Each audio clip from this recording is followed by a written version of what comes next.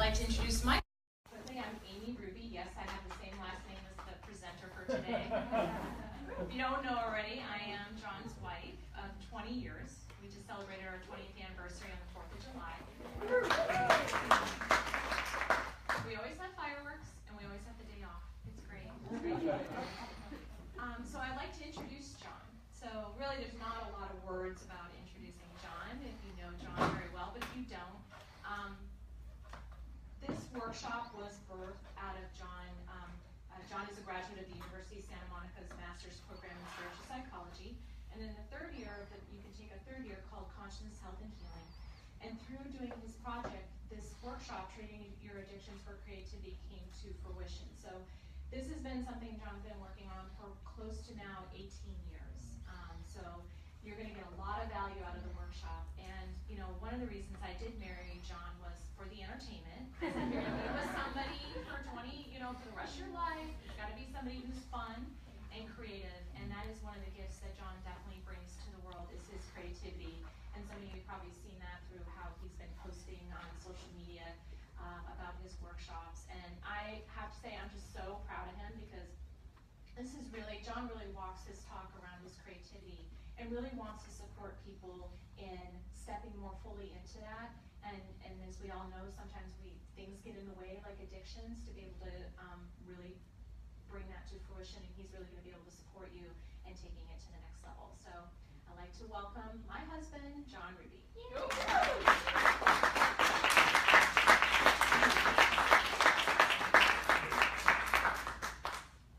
Thank you. That was very nice, Amy. I appreciate it. That was just spur of the moment. She said, hey, you want me to introduce you? And I said, that'd be fantastic. So addiction. So really, many people have encouraged me to go trading your everyday addictions for creativity. Because we're not really talking about heroin and cocaine. Sorry, wrong meeting. So it's more like a little too much Netflix, a little too much Facebook, a little too much news, a little too much whatever it is, favorite sports team, you've only like TMZ, something like that. So what's really fun, and everything you're going to hear, right, is everything that I've started developing since really 2000 for myself, and then I started coaching people and doing workshops in 2005 once it started to all come together and started really happening. What's really fun for me is just June 2017, I'm just going to date this in case anybody ever watches this video sometime in the future, that when it all really came together with the book. And I always felt like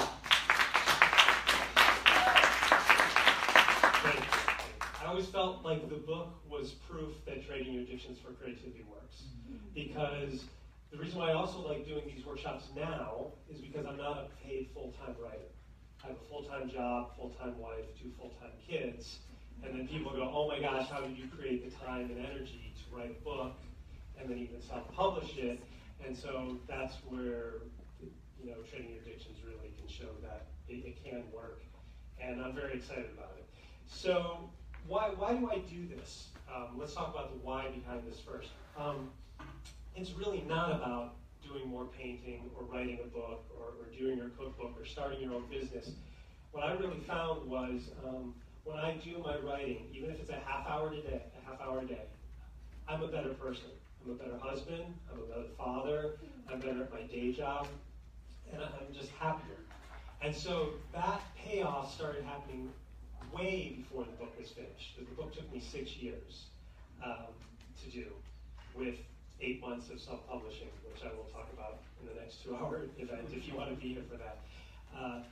So the payoff was really once I started doing my creativity on a regular basis. And so I realized I have 2 children who are now 9 and 14, and every parent's desire is to leave the world ideally a little bit better for their kids.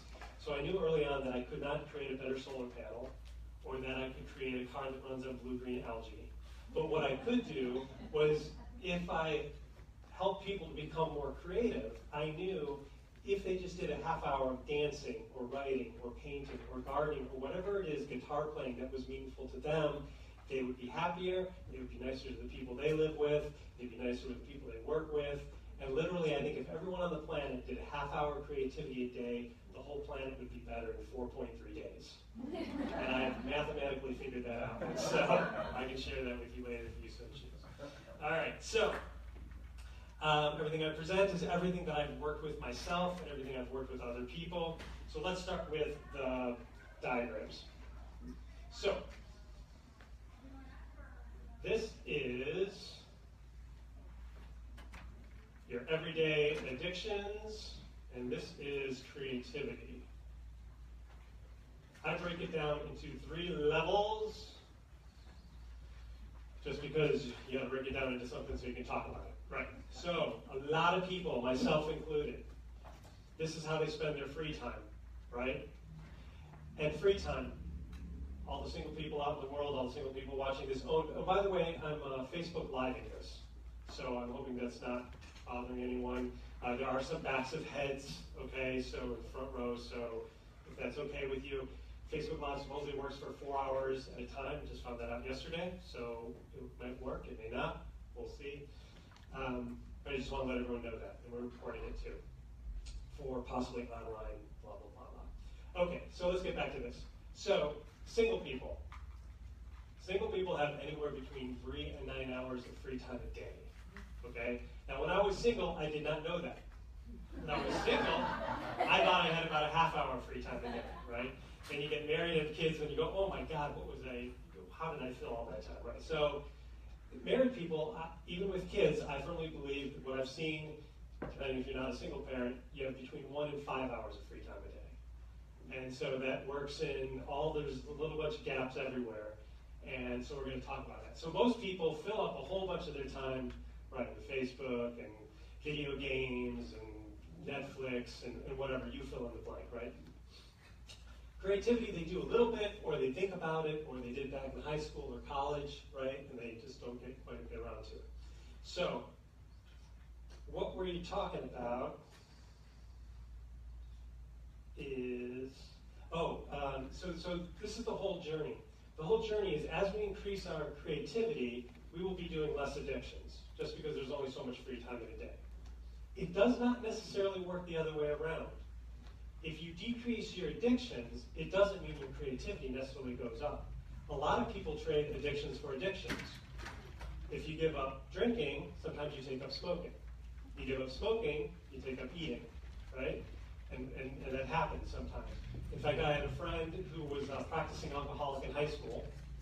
He stopped drinking. Another friend, there you go. And he stopped drinking in high school, and at his first AA meeting, they passed out cigarettes. And so that helped them make the transition. We can argue if that's good or bad or whatever, but that is how it can often be done. However, if the creativity increases, this has to decrease because we're filling in the time. And again, this is really, really important for me. I'm never calling these things bad or wrong. There's nothing to do with that. This is just so much better. And I'm also not saying, as I would say to some of my friends, I'm doing this thing called Trading Addictions for Creativity, and he almost got a tear in his eye. And he said, please don't take my addictions away from me. And I was like, no, I'm not going to do that. It's just the shifting over. It's sort of like a choice of having a big bowl of cotton candy, right? At first it's really good, but after a while it's not really nutrition fulfilling as opposed to having a nice healthy meal. And then you can have some cotton candy later if you choose, but to try and live off of cotton candy, it's not going to be satisfying. So before we go any further though, I want to work with everyone, and I'm going to say something, I'm going to repeat it, and we're going to thank our addictions. Okay, so I'll say a line, and if you would please repeat it. Dear addictions, thank you. When I was lonely, tired, angry, and upset, or confused,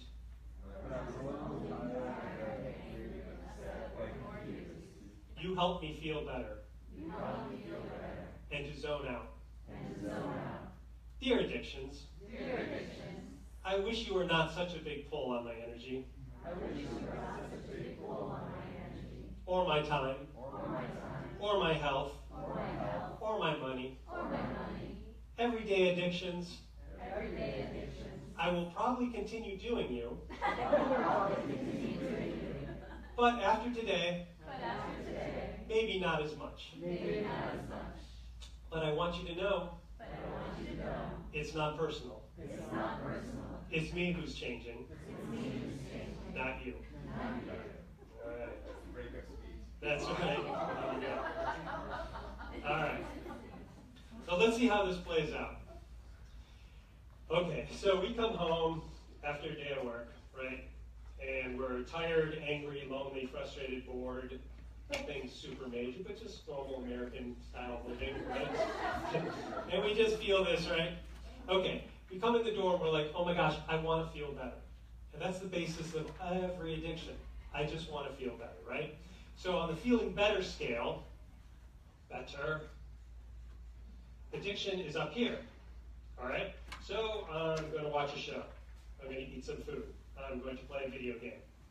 I'm going to check out what the celebrities are doing, whatever. Or it could be even like a negative addiction. I'm going to zone out to news and get upset and frustrated. But what it does is it takes us away from our own thoughts and feelings, which is what gives us the relief, right? We're not thinking about the credit card problem. We're not thinking about the day. We're not thinking about our job. We're not thinking about our relationship. We're not thinking about whatever has left us at this sort of in this humdrum state. Okay, now addictions would be awesome if there was no negative side effect. The only problem with addictions is if we do them a lot, then what they do is, one, they don't really solve the problem here anyhow, and they usually drop us a little bit lower because we've just spent 2, 4, 6 hours, or we ate a little too much, or we did whatever that was, and we didn't really address this problem, and as problems go day after day, week after week, year after year, they most likely get bigger when they don't get addressed. So that's the only problem with the addiction, is they don't work, and they drop a little bit lower, okay? So then this leads us to the third diagram, which is then how do we build energy, right? And how do thoughts work, okay? So let's say I go to a movie and I see a really cool sports car. And I say, oh my gosh, I want that sports car, right? So supposedly, a thought comes out of my head, goes out into the world, comes back around, and comes back in, right? And as it goes out, it collects other thoughts 7 times its strength.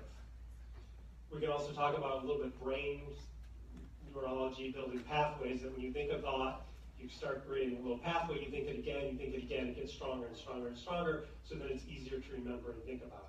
That's why if everything I say here today, if you guys don't necessarily revisit or look at notes later, some of it will float away, then you'll see me in the hallway, we'll say something again, you'll be like, oh my gosh, you never said that. I'll be like, yeah, I did.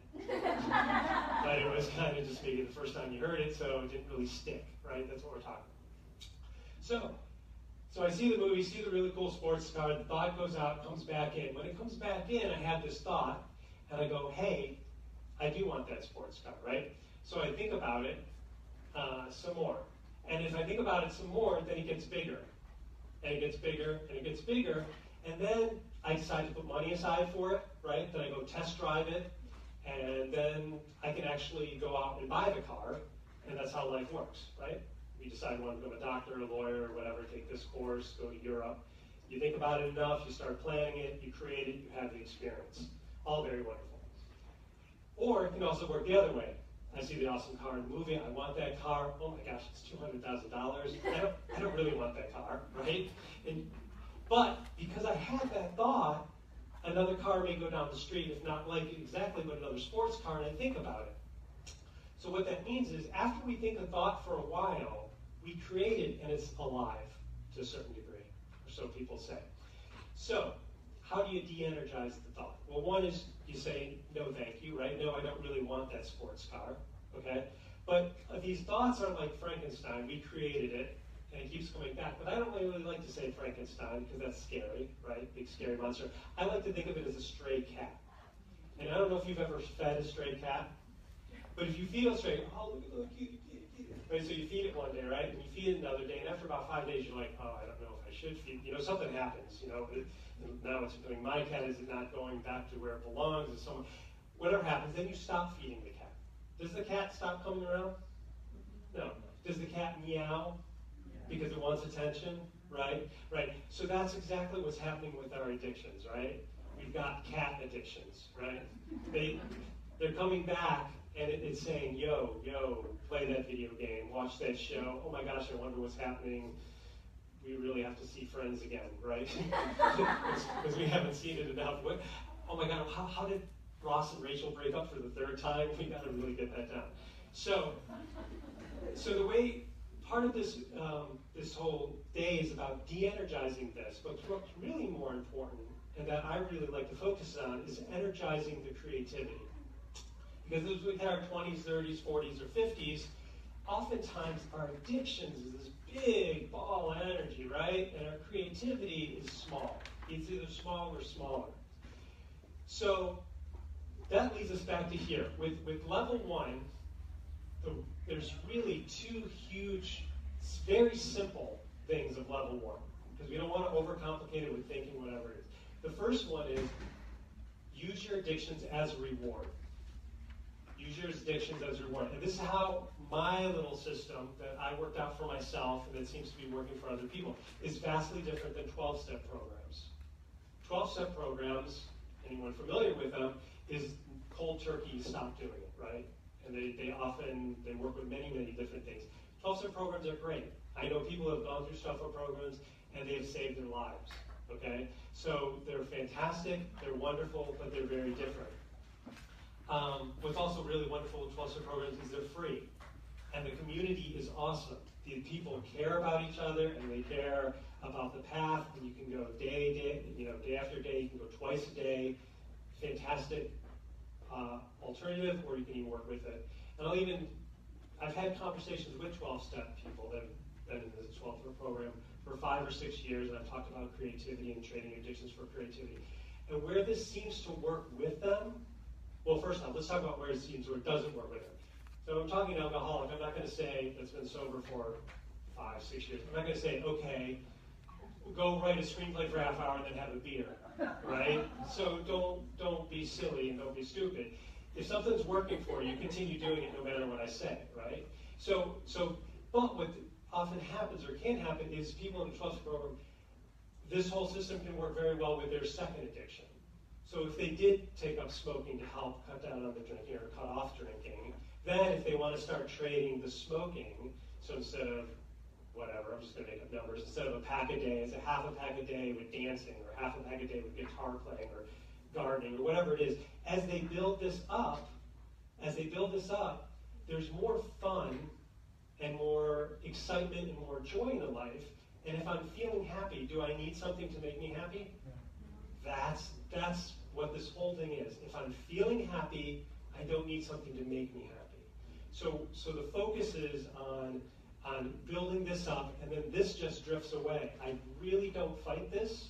I really don't hammer against it. It's really much more the focus here. And so trading, using your addictions as a reward, how that works for me. So the way I started was, okay, I wanted to do more writing. And I loved watching shows, right? Big sci-fi, band, and everything. So what I came up with was, okay, half hour of writing, then I can watch a show. Okay? So I do the half hour writing. Do you think I was excited about doing the half hour writing at first? Not at all. All I want to do is watch my show, right? But I do the half hour of writing, then I watch my show. Next day, go to watch my show, not even thinking about the writing. Why? Because this is so big, right? So the writing is still, after one day of writing, I got one little whatever, right? That's not enough to draw my attention over there. So what's really important with using your addiction as a reward is the second part of level 1 is setting yourself up for success. So setting up yourself for success. So how does that work? Well, for me, what that meant was, I find people have basically 3, if they have a full-time job or part-time job, they basically have 3 times that they can do their creativity. In the morning, right when they come home from work, or at night, usually right before they go to bed. And different people, are obviously some people are morning people. I'm not going to argue. It's ridiculous. If you like to write at night or create, if you like to do it in the morning, if you do it right when you get home from work, whatever that is fine. How you set yourself up for success, though, is really important. I do not set myself up for success when I'm going to write. I do it at least 6 to 8 hours before. What does that mean? I'm a morning writer. So at night, after I put the kids to bed, I'm like a freaking zombie by 9 o'clock, right? But I'm opening up my laptop. setting out my slippers, putting out my sweater if it's wintertime and it's cold, starting my laptop, opening up to the place where I'm at. If I'm in the rewrite phase, I have my pages out where I'm at. I open to it. The reason being is when I wake up in the morning, I'm going to have about this much willpower. Do you see that? That's how much willpower I'm going to have when I wake up at either 4 a.m. or 6 a.m. in the morning. So what I need is I need the obstacles to be this much. Do you see that? It's not increasing the willpower, because to tell you the truth, I don't know how to do that, really.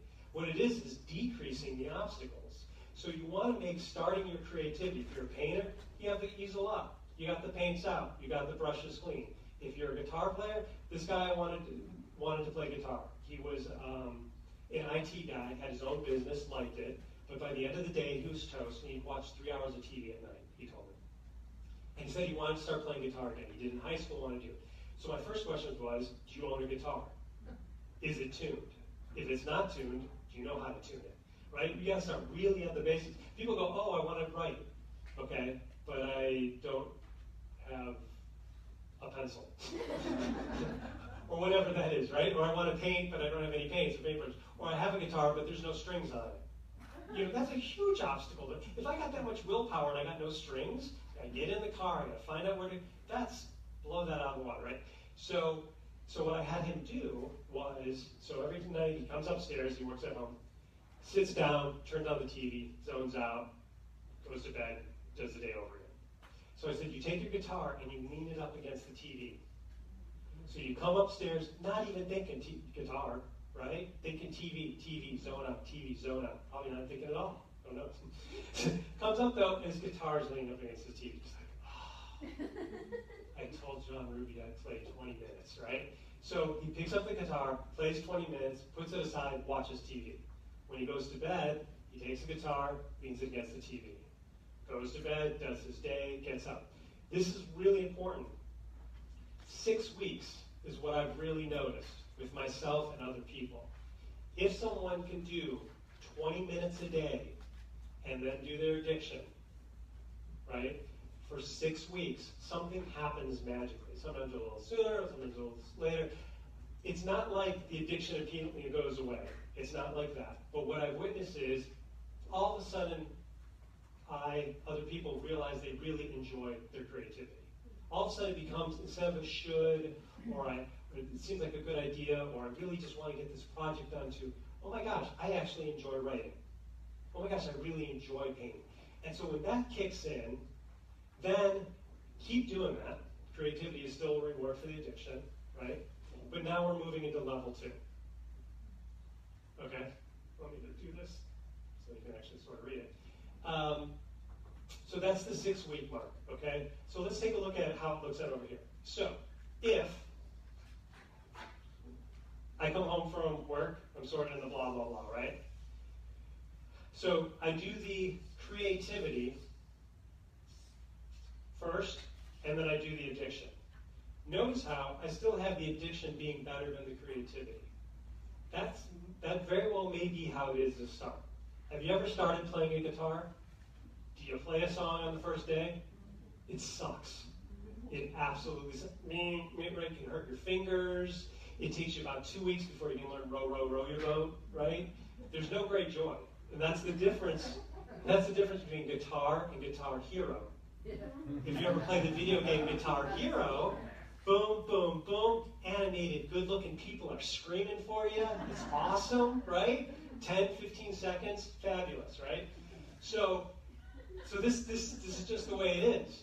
If you start writing, do you think my first draft of anything is awesome? Especially when I first started writing? No, not at all, right? So do the writing, then do the addiction. Do the writing, do the addiction. What happens, though, is after the 6 weeks, and definitely somewhere between 6 weeks and 3 months, if you can keep this up, what's really, really wonderful is then the creativity is better than the addiction. And how that works out, or how you will notice when you hit that point. So I would say to myself, okay, I'm going to write for half an hour, and then I get to go watch this show, right? So I write for the half hour, watch the show. I write day after day, week after week. All of a sudden, I write for a half hour, now I'm writing for 45 minutes, right? Then I'm going to go watch the show because I said I could watch the show, right? But I'm not feeling this anymore. I'm not feeling crummy, shitty, dumped. My life sucks. I'm actually feeling this. Now, depending on the addiction of the day, I may actually choose not to do it. Because ice cream now would actually bring me down. Do you know what I mean? It's a lower vibration. Or a certain show may bring me down because it's a lower vibration. And I don't want to do that. Now, here's sort of a quandary or a unique situation. I cannot write for 8 hours a day. I really top out at 2 hours. Even after so many years, there are once in a while I break into 3-hour days, and it feels really good. But then my brain just sort of shifts off. So if I really do have 5 hours of free time a day, and I'm only going to do my creativity for an hour and a half to 2 hours, that still gives me plenty of time to free up. Most people just default to watching a show or whatever, doing some sort of addiction. So level 2, let me see this because I'm getting. Level 2, there's a whole bunch of there's a couple different lists that I like to make. One list is alternatives to doing my everyday addiction that I enjoy. So, could be going for a walk, could be calling a friend, could be it could be another area of creativity. So if my main creativity is writing, it could be toying around with this song that I want to write, And the key, though, is to really, at least at the beginning that I found useful for me, is to write that list down. It could be anything from going out for a hike, going out to the beach, because the brain, once again, because this phase is still building here, and now we're introducing a whole other component of what other things in our life do we want to build. Like, I want to be more of an outdoor person, but again, because it's kind of small, it's not necessarily going to pop into my head. So it's really helpful for me to have a list that says, oh, instead of watching TV, I could do bullet point, bullet point, bullet point, and literally post that somewhere in my house. And so when I look at it, I'm like, oh yeah, that's right. I want to go to the beach. Oh my God, that's right. I haven't talked to Bob in a long time. Oh my gosh, that's right. I want to go see a museum because I haven't seen a museum in 3 years, and I live in Los Angeles, and good God, there's a lot of stuff going on here, right? Or, geez, I haven't been to the Self-Realization Fellowship Center in a decade. Let's go there instead of watching a movie, right? So that list really helps. Another list so that's list number 1. So list number 1 is alternatives, right? Alternative activities that I enjoy. That's the important thing. You have to enjoy it. So my list may not very much work for you at all, okay? So alternatives that make that list. Another list is, this is interesting about how addictions, I want to say watered down in a sense. So, for example, my dad ate a lot of ice cream every night, bowl of ice cream. This is actually kind of what scared me and fueled me also in doing all of this. He ended up becoming an adult diabetic, and now he has to inject himself, every night, right? So that was sort of a precursor I could see. I don't necessarily want to walk down that path. So I did all this training addictions for creativity. How can I be happier? How can I not need that bowl of ice cream at night to make me deal with my life? What I also came up with was frozen mango chips, right? So it's definitely still eating. It's still eating a fruit that has a certain amount of sugars, and I know some people would be like, oh my God, there's so much sugar in fruit, right? Whatever, it's better than ice cream, right? So the thing is, so if I have a bowl or a couple pieces of frozen mango chunks 2 or 3 times a week, I'm moving in the right direction, as opposed to then I let the kids eat the ice cream. Sure, I still have ice cream once in a while, but oftentimes I'm in a better place, especially now that I literally do creativity at least an hour a day. And and that's when we finally get down here. We'll just jump down here for a moment, because it's really all nonlinear anyhow. But so level 3 is when I've shifted into finally, after X number of years, of redefining myself as I am creative. So if there's a problem, I approach it much differently than I did 10 years ago. Because 10 years ago, I'd go, oh no, I'm a victim, blah, this is terrible, oh, let me eat some French fries and watch a movie, Now, I've identified myself as creative. So if a problem comes up, I'd be like, oh, okay, how do we deal with that? I wonder how we're going to fix that. Because that's the shift. And then now, when I go do my addictions, it's much more, I'm enjoying that. I'm enjoying a show. I'm enjoying ice cream. I'm enjoying a piece of cake. I'm enjoying a beer once in a while, right? It's not that I'm using these because I'm not doing this and not happy. I'm so happy now, I can actually do these and enjoy them without having a hangover in the morning, which I definitely learned is not enjoyable for me.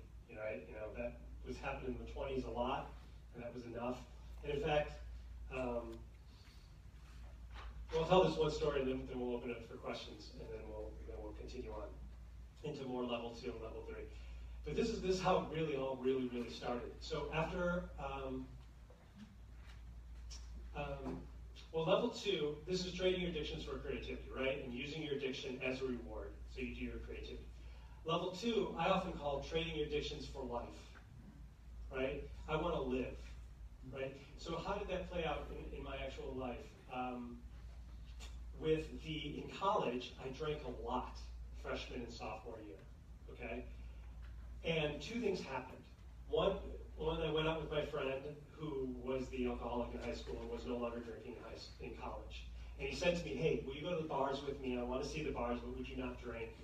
Because I don't drink. I said, sure, no problem, right? So we had like 15 bars I counted. So we go to one bar, we go to another bar, we go to another bar. I wanted to drink so bad. It was insane, right? So we go to another bar, we go to another bar, another bar. He finally goes, okay, I'm going to go see my girlfriend. Thanks a lot. So he goes off, and I run into the nearest bar, and I get a shot, and I drink like half a beer. And I'm like, dude, you got a problem.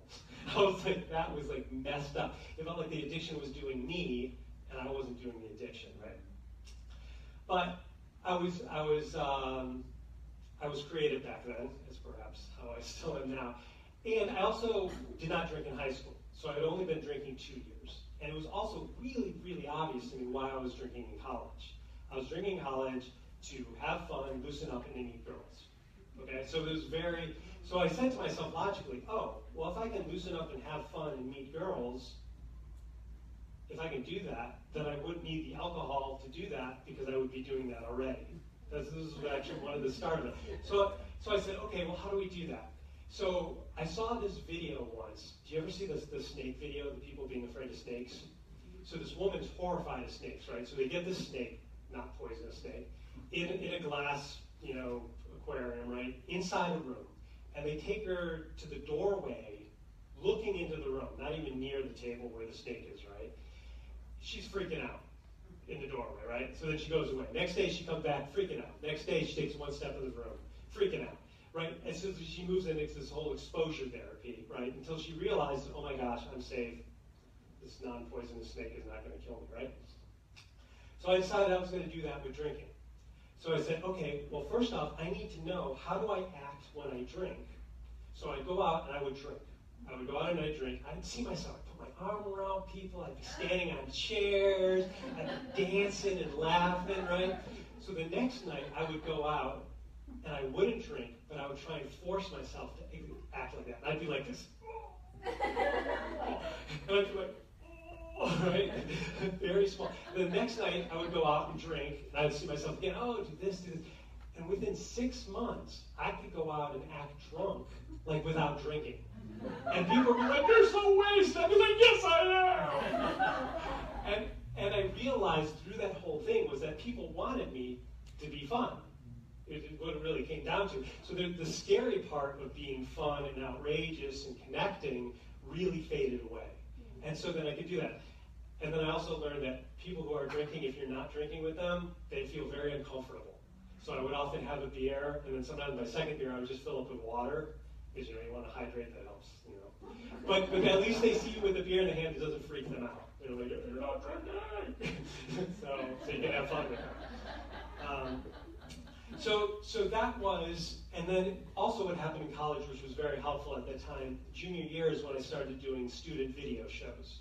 So I started getting involved in that, directing them, being on teams, and immediately I didn't have the space to drink as much just because I was doing other things that were more fun. So that's sort of how it coalesced with me at junior year of college. That actually started this all without me really putting a name to it. Okay, so do we have questions? Do we have any yeah buts? Like that sounds really great for everyone else, but it won't work for me or anything like that? Go ahead. A little less ice cream. A little less ice cream? You don't have to do the makeup. You should have a small amount of ice cream. Yes. Yes. Good. Can you do a small amount of ice cream? I can. Oh, well, there you go. Very disciplined. See, you're very disciplined. Also, No way. well, two things. Some people say that there definitely are addictions to sugars, to alcohol, to whatever. So for some people, they definitely have to do cold turkey, which I totally get. What I found with sugar, just to piggyback off that, is I found that what's helpful for me is every other day. Because once I do it 2 days in a row, I want to do it the third day. Right. If I stop a day, then often the third day I don't even want to do it.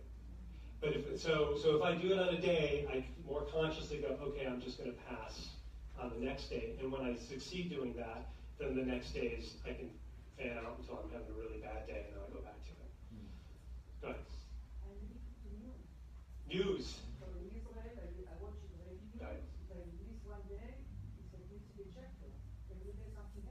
Right. Well, that's totally fine. Everything's fine if it works for you. So does that work for you? No. So when you say addicted to news, are you spending half hour a day on news, or 2 hours, or how many? How many? 2, 3 hours, right. So my encouragement would be with level 1, find out something you want to do, paint, write, cook, garden. What? Right. So do it before you turn on the news. That's it. Now setting yourself, I had a friend or a guy that I worked with that wanted to do more charcoal drawing. So he always came home from work and immediately got on the computer. So what he did to help himself set up for success was take the pad of paper and the charcoal pens, or whatever you want to call them, and he would literally put them on top of his laptop. So when he came home, he was thinking show, or surf, but he saw him, he's like, okay. Then he would do his art, then he would do that until he got into that pattern. So with you, how do you watch the news? Over the TV or laptop or? Laptop, great. Right, and what creative thing would you prefer to do instead? Or what do you want to? You have to write. Okay. Do you also write on your laptop? Now that is sometimes tricky. I get that. I've been there, right? Because you use laptop, it's like one click away. You know what I'm saying? It's a tricky thing, I hear you, right?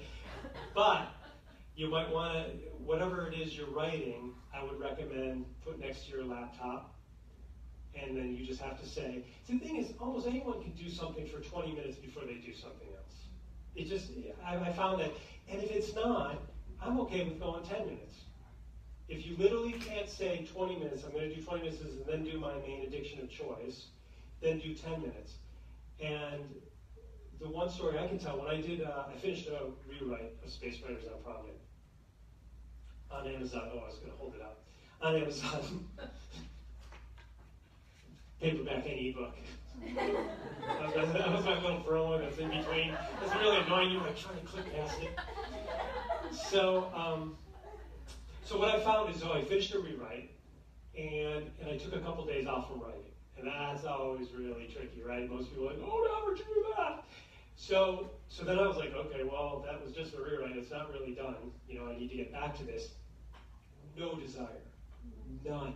Didn't want to get, I'm like, dude, you teach this stuff. Come on. You're like halfway or more than halfway done with the book. It's not going to get done by itself. So there's this, you guys probably have heard, I'm going to probably mispronounce it maybe, the Kaiserian way. Kaizen, thank you. Kaizen way. It comes from Japan. The idea is you do something very, very small when you want to start something, right? So in the book, the example is if someone wants to start flossing their teeth, what they do is they floss one tooth. And you have to make the action so small it's ridiculous. It actually makes you laugh. So when you go to the person, oh, just floss one tooth, they're like, that's stupid. That's exactly the reaction you want, because then there's no obstacle to it, right? So you go, okay, every night, one tooth, boom, one tooth. After about 3 weeks, the person's like, well, might as well do 3 or 4, right? Do 3 or 4, and then within 6 weeks, they're doing the whole mouth. Because if I'm going to do 3, I might as well do the whole thing, right? So I took that with my writing. So I said 2 minutes. I literally opened up my thing and wrote for 2 minutes, put it away. Next day it was 4 minutes. Next day it was 8 minutes, and then it went up to 20 minutes, and then I was like back into an hour. But I had to break it down. I had to break it down to a very, very small thing. I don't know exactly why, but just to start the cycle. So can you, with your writing, can you put your book or can you put a note in your laptop? Do you think it's possible to do 10 minutes of writing before you watch the news? Oh, that is awesome. That is exactly what I like. 10 minutes is nothing. No, that's wrong. So, here's the thing.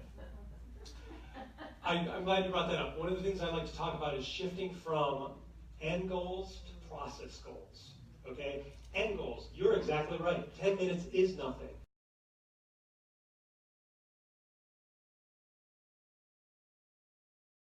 What I do.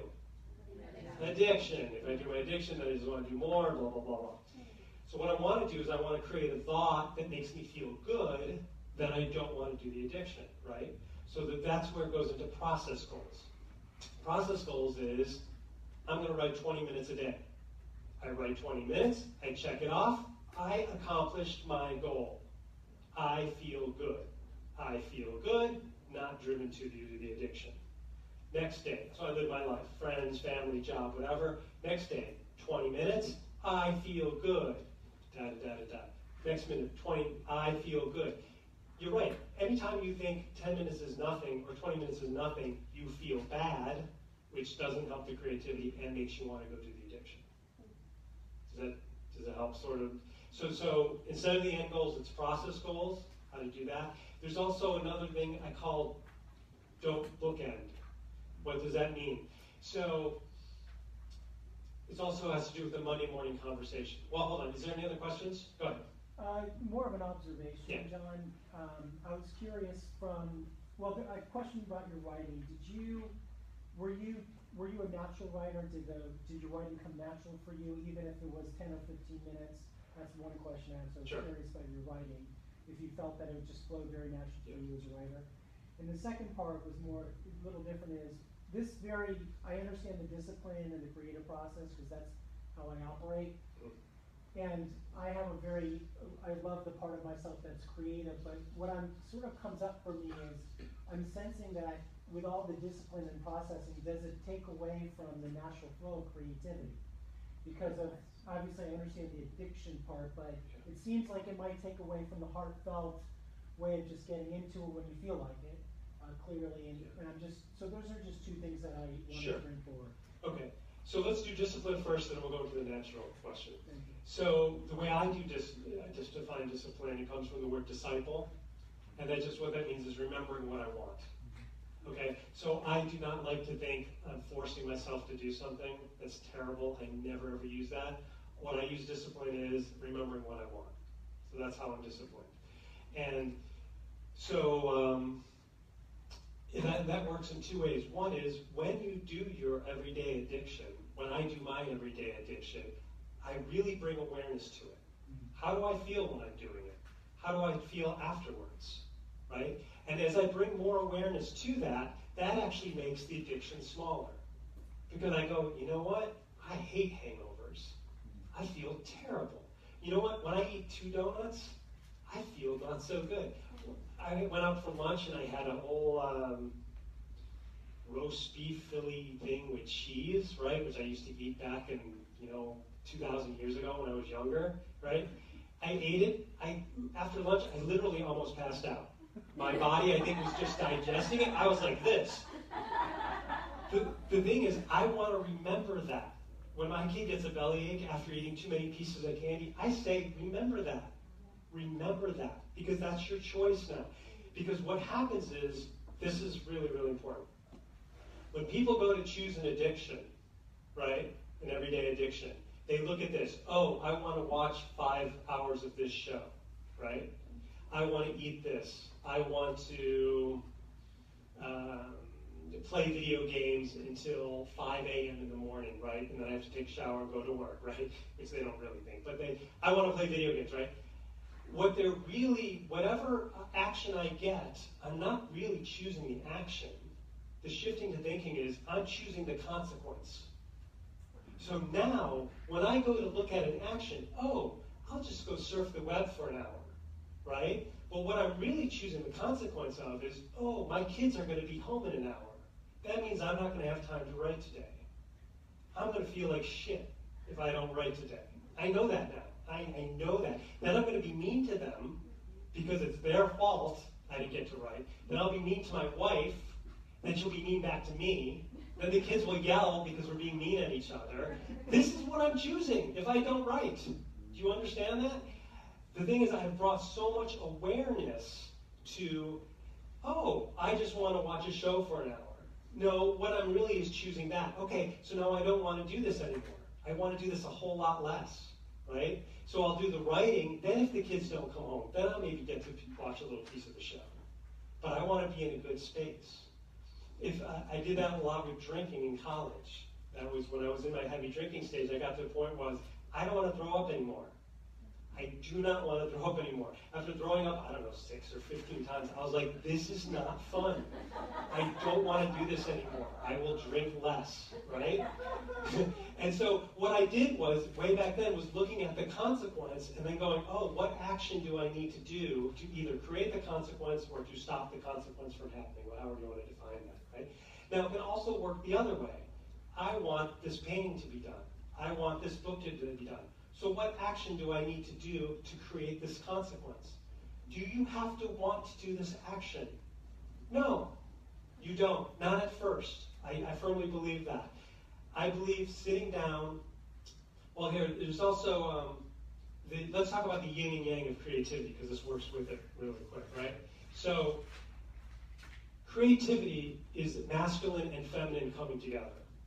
Because it's feminine, inspiration, receiving, insight, masculine, doing, okay? Whether it be painting, writing. You can have the feminine side of creativity and daydream all day. Oh my God, I thought of this great story. I was out in the woods and I thought about it for 10 hours and it was awesome and it was beautiful, but it doesn't exist in this world, right? You can't share it with someone, not unless you're going to sit down and talk to them. And as we all know, if we don't actually bring it into the world, most likely in a day or a week, it'll be gone, right? Or you can do the masculine thing, where you got to sit down, put your butt in the seat, you got to do that. Every time I've tried that, that cuts off inspiration immediately, right? I think that's what you may be talking about, Attack. So how do I do that in the morning? I know I need to sit down and put my hand on the keyboards to write. That's how it's going to happen. That's the masculine part of it. But how can I maintain the connection with the feminine while I do the masculine to bring it into the world? This may sound silly, may not. I can dance my way to the computer, right? I can saunter. I cannot rush. There's a huge difference between walking like this to my computer and walking like this. That's masculine. The sauntering is relaxed, the feminine. Oh, just gonna start typing, not even gonna think about what I'm doing, right? I've done that. Have you ever done that? I used to do that in college. Oh, I'm setting out these books, I'm not gonna study. I'm not gonna study, no. Oh, I'm just gonna read this one sentence. Just one sentence, then I'm gonna go out. Oh, no, I'll read 2 sentences, and then all of a sudden I'm into it. And then I can study for an hour. You know, it's a little crazy, but it seemed to work. And so now it's sort of like approaching creativity, keeping the connection with the feminine, but doing the masculine, because without the masculine, it doesn't come into the world. And that's what we want. We want it into the world, ideally, and some of us, just to enjoy it, but also then to actually make a livelihood off of it. That would be the idea. Does that? It does, it's fantastic. And just the other part about was writing a natural, was, because I'm starting to do more writing mode, Okay. and I've never believed that I was, but I find that it's something that it's starting to feel that way for me, because I had this belief that I wasn't a writer. Yeah. So I was curious from Yeah. You writing, culminating with writing a Sure. book, how that works for you. Well, this is my belief on writing. This is my belief on all art, actually. So up here is godness, right? If you want to go there, right? And a little piece of godness comes out into the world, perhaps like our soul, right? So that's a lot of love, connection, joy, happiness, right? But if I place this bright ball of awesome light in front of a piano, or a bright ball of awesome light in a foreign country, or it may love the piano, it may feel one with the piano, it may know the piano is one with itself, but it may not know how to play the piano, right? So when Amadeus heard the music, right? Beethoven, is that right? Do I have the right person, right? Mozart, thank you. So if Mozart hears the music inside his head, right, and now he's going to bring it out, he's got to know the scales. He's got to know the notes. If I would have heard that music, it would have taken me forever to find the first note. And by that time, I'm sure it would have been gone. So there is a responsibility for all artists to know the craft. So was writing natural for me? I always enjoyed entertaining people, and specifically my 3 older sisters went to college, and when I was a preteen, I would write them letters, and they told me they made them laugh. And I think that's where it all started, was like, oh my God, I could write a letter, put it in the mail, which I know no one uses anymore, put it in the mail, 3 days later, it can arrive somewhere far away from me, someone can read it and make them laugh. That was magical to me. That was like, wow, you know, because I'm not even there, and I wrote it 3 days ago, and it was like time travel. It was so what I did do, I can tell you, I spent 10, 15 years learning screenplay writing. I wrote 5 screenplays. I know how to do a beginning, middle, and end. And so then that's how I did with Space Fighters on Prom Day. I used screenplay story structure actually to write the novel. So was writing natural to me? I don't know. But I can tell you I've done a lot of work on what makes a good story. And also, when I first started the book, I was like, I don't know how to start a book. So I went to the bookcase and pulled out Hunger Games and everything else, and I just read the first paragraph of like 10 different books. And it's not like I copied any one of them, but I was like, how do you start a book? Right? So then I read those, and I was like, okay, now I got the overall, and I've read it. Or I wanted to write in first person, so I reread Hunger Games and Catcher in the Rye. Because I was like, well, what does first person really sound like? What can you do with first person? So I'm very much into that I can learn. That I can learn enough that then my spirit or soul or energy, whatever you want to say, then can use that to create something new, if that's helpful. Yeah, it is. Thank you very Okay. much. Cool. Any other questions? Yeah. I mean, just kind of wanting to encapsulate that, if I may. So it's almost like when you have a cell phone and the data is being sent to the cell phone or Right. to a radio. Right. And then the radio or the cell phone is translating that into something that can be understood in the physical world. Yeah, there you go. That's right. And meaning you and me are the cell phones. Yeah. Right, because we're getting that and then translating that people can enjoy and listen to. Yes, I'm with you on that. Cool. Preferably on not with so much negative side effects, perhaps. Go ahead. Do you have a strategy for the inner critic dynamic? Sure. Can you tell me what that means to you? It means, this doesn't happen all the time, but sometimes when I'm writing, Mhm. and I happen to be reading it back, I can hear something inside of me. You know, Right. why are you even writing about this?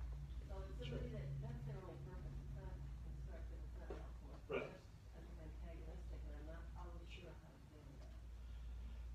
Sure. Well, I can tell you when I heard Neil Donald Walsh speak once, and he wrote Communications for God.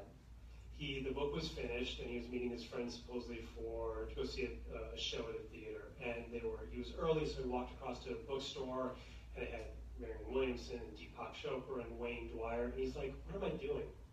Do we really need another self-help book? You know, is this really important at all, right? So what you're describing, I think, is pretty normal. Well, the way I deal with it is, And my writing group, my Tuesday writing group was really, really helpful because we would sit together, we'd write for half an hour, and then we would read what we wrote. And after I did that numerous enough times, and then started sharing the writing, and people said, I like that, it's really enjoyable, that's funny, that's helped replace my inner critic. Because I'd be like, well, that's just wrong. That is funny. I mean, that particular section might not be perfect yet, but overall, my writing is enjoyable. It is funny. So wherever that comes from, you know, it's. I prefer not to fight it, but I just, you know, Byron Katie's big statement is that true? You know, that could be a question you ask yourself. Is that true? And when you hear that inner critic, oh, it's no good, you know, and if you still don't know, that's what I would say, if it's something you're going to share, especially with writers, if you're going to try and sell something, it's a two-way communication. It's writing is the art, but then you want someone to buy it. So it has to be valuable to them, right? Does that make sense? Okay? So the idea of me writing something, and then people go, well, how do I know it's good? Give it to people, right? And if you really want to know, the one test I do is give them the first chapter, or I give them the first 100 pages, and I have the really big question is, do you want more, right? Because if they want more, then you're in the right direction. If they don't, they don't. And there's three questions I always ask. Did you like it? And it's always nice to start that way, right? Did you like it? And what did you like? That's even better. What did you like? The second part is, what parts confused you or slowed you down? Because as a writer, I want to know that so badly, because that's actually the useful information. If they got, and people would tell me, one point mouthwash and sweet are walking through the battlefield and they're talking. The guy's like, that's too long. It just goes on too long. This other part was, this part's just confusing. I want to know that, especially if two people say it. Goodness gracious, I want to go back and review that and tighten that up or whatever, make it more funny or interesting. And then the third question I always ask is, what did you like or what did you want more of? Because I know some of you, I'm really dating myself here, some of you may remember a show called Happy Days with the Fonz, right? Fonzie was only supposed to be in the first episode. But he was such a big hit, and people loved him so much, they wrote him into every episode, right? So if I'm a little bit witty here, or the grossness of the spider attack, or this comedic thing, or whatever, and somebody goes, I really like that, I wish you had more. If it's not going to totally go against my artistic nature, or this is not the project I'm creating, I want to definitely look at that and maybe include more of that, right? Or I really love this creative pose that you did, make it a little more creative in certain areas, because you want to give the people what they want if you're attempting to sell it. That's how I see it. Did that help at all with the critic? I mean, yeah, it is rational. It is very rational. Do you want emotional?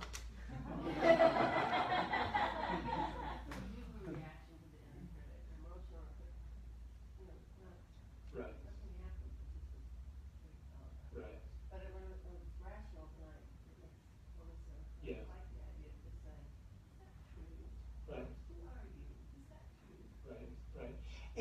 And I'm all for, if you're at some point you're going to share with your writing group or other friends, and as soon as people start saying, oh my God, thank you for letting me read that I get that now, or that helped me, then that outside voice can, in my experience, actually replaces the inside voice. So it might be time for you to start sharing your stuff to really get that feedback, perhaps. Right?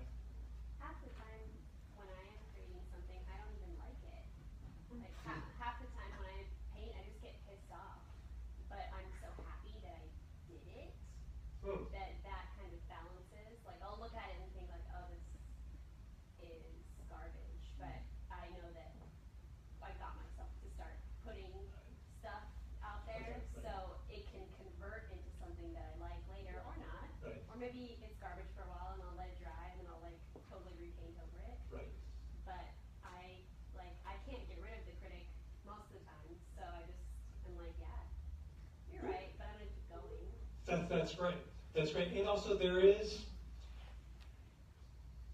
yes, there's, I mean, if I'm going to compare that with writing, you tell me if this is accurate my scenario. Yeah, the first draft is never going to be my last draft. So I just know that. So there's a really great writing teacher in LA called Jack Grapes, and he says, my first draft is never going to be the best draft because I'm better than that. The first draft will never be my best draft because I'm better than that. So what that means is he's got enough skills that he will go back to the first draft and he will make it better. He knows how to do that in all these different ways, right? And so if that's what I'm just hearing is perhaps I'm doing it more, it seems with a little bit less energy. Like I won't necessarily say it's crap or it's terrible, but I may say, oh, that's the first draft. Do you know what I mean? Because I have some writer friends, I kid you not, they write, it's like 95% golden. It is amazing. I am not like that. I write and I'm thinking 40, 50%. I do 6, 7, 10 rewrites, right? And then it all really keeps coming together for me. You know, different people are different. And so, yeah, if are you okay with your process? Yeah. Okay, great. And it's not like that every day. Yeah. Okay, good. It's like that enough to where I know that if that's happening, then I'm just going to keep going anyway. Right. Right. Cool. Very nice. Go ahead. Questions? And then we'll go Helen and then Jennifer. Go ahead. So, two things come up for me, and maybe speak on this. One is, how do you overcome the hot cold? Like, like sometimes like hot and it just cools off. I'm like, Hot meaning being really inspired. yeah, and it's kind of the on and off thing. And then the second is that, so I'm, some transitions. I have a career of in creativity in one aspect, and I'm trying to transition into writing. And so what I find is myself, like, the inner dialogue is like, I have to learn how to do this, like, how to craft and how to learn all the techniques. And Right. so I find myself stuck in the procedural rather than the writing. Yeah. So two things. I've seen many screenwriters talk at the Writers Guild of America, and I highly recommend people watching Stephen King on YouTube and any other writers. Eat, Pray, Love woman is awesome. Wild is she's. This is the Gilbert Yeah, oh yeah. That's right. That's how I emailed her. I said, hey, Eat, Pray, Love woman, how you doing?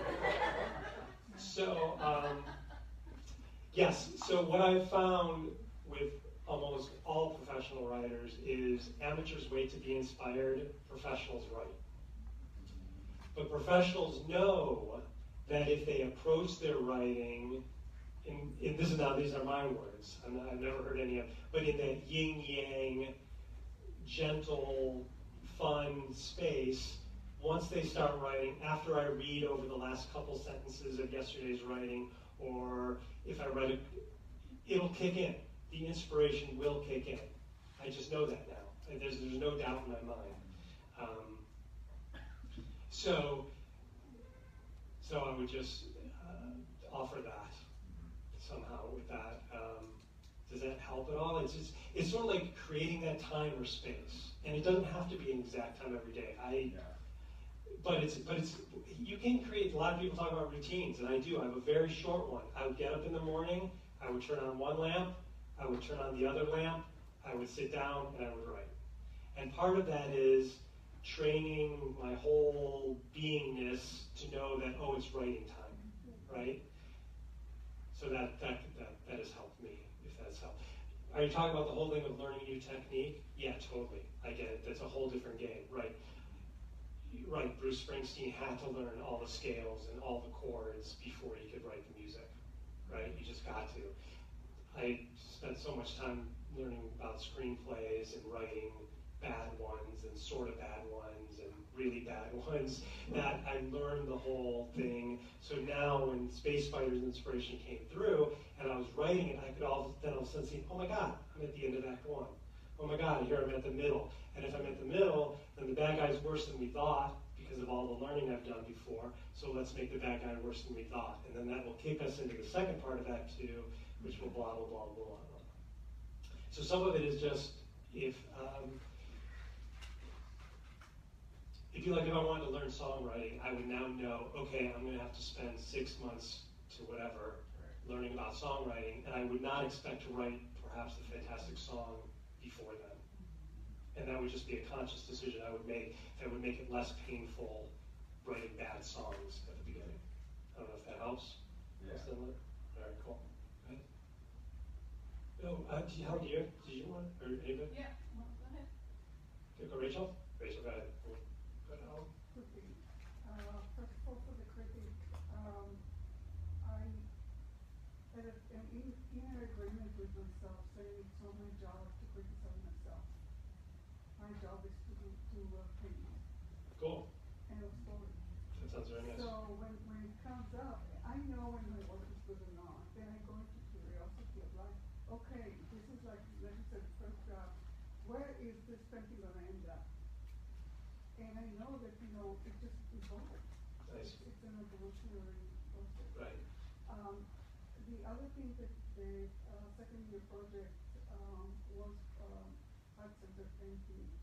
And I developed a system where I would write an intention and meditate for 5 minutes before I start painting. So that Nice. brought me into the present. Right. So literally every time, even though, I faked, I sat on the floor and I faked the meditation, it's still kind of Right. That's wonderful. That's wonderful. That's why I think part of me, what I found writing in the morning is so nice, because I'm coming out of, everything's smooth and peaceful, and that's much easier. Because there was at one point where I was writing a spiritual screenplay with this producer, and Amy and I would have a big argument. I'd be like, oh, I'm just going to go write. I couldn't write. I was like in such a different space that I literally, you're right, had to make that transition before I could. Okay, we'll do one more question and we'll go back. Go ahead.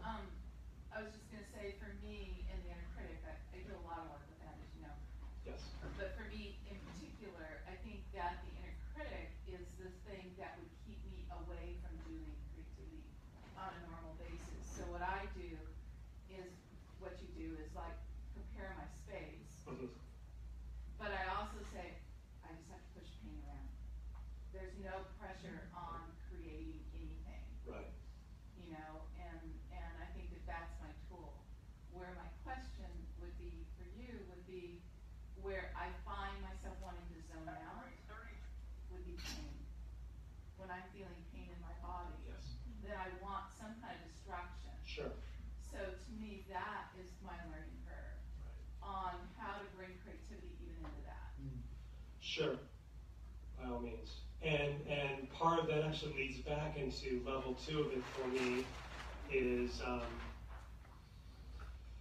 this whole level 2 is basically the idea that if I feel good, then I don't need the addiction. So part of what level 2 was for me, and that I encourage other people, it's like, okay, probably going to start getting a little bit more sleep. The vast majority of Americans are sleep deprived, right? And if I want to feel good, and I don't want to do so much addictions, don't want to drink so much coffee, right? I need to get a little more sleep. I need to get some more movement. I'm not saying run a marathon. I'm saying going for a 10 or 15-minute walk a day, right? And so these are now certain bars that I've raised for myself. And it could be 2 or 3 push-ups a day. Very, very small. But I know, especially for a guy, to be physically strong, probably for a woman too, but I'm not having that experience right this lifetime. But for a guy, to be physically strong affects the whole beingness of us, right? So if I do 2 or 3 push-ups a day, if I go for my walk, if I jump in the trampoline for 10 minutes every other day, what that does is that makes me feel better mentally, physically, and then I need less addictions because I'm feeling better, right? So there's this, so it's everything from creating alternatives to the watered down addictions, right? Mango chunks instead of ice cream. Instead of maybe we watching a Korean super violent movie, which I totally love, and, right? Saw this once, just took a machine gun and cut a hole. All these guys were coming at him, so he just cut a hole in the floor and he dropped to the next hotel suite below him. Super cool, right? But now instead of doing that so much, I'll watch a half hour of Crazy Ex-Girlfriend or The League. I I mean, still incredibly rude, but now, instead of super violent hour-and-a-half movie, we're talking 30 minutes of something that's, you know, just crazy, but in a different way. So I'm not saying give up Netflix, but it's sort of like learn how to do something that works with it. Because now, if I would go back and try and watch that super violent movie, it actually doesn't feel right. Do you get that? If I try to go eat a pint of ice cream, or a half gallon of ice cream, or a medium-sized pizza, right? It doesn't feel, and I would literally just stop, because I'm just like, dude, that's gonna feel so bad. And it's just, because I'm at a different vibration. If I'm here already, right, I don't want to drop down. Because, and so part of this whole thing is really becoming more and more aware of what works for you. When do you feel good? What really makes you feel good? One thing I often do when I'm faced with an addiction choice, I'll go, well, do I really, let me see if I can choose a different one.